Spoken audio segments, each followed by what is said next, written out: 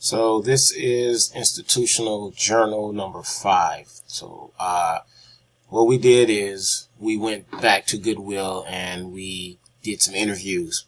This is a big week for us because we got to do interviews with the instructor, Terry, and some of his students to kind of get a feeling of how, like with Terry, we talked about how he became an instructor, how he learned, stuff like that, and what he expects of his students. And we talked to some students, kind of get their expectations and how the reality of the program has compared to their expectations and why they got into the class in the first place.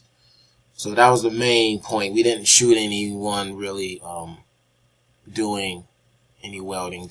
This week was just about getting interviews, kind of get the human side of the program, find out what makes the people tick and why they decided to get in this program in the first place. So next week, probably won't be doing anything because it'll be spring break, but that's what we accomplished this week.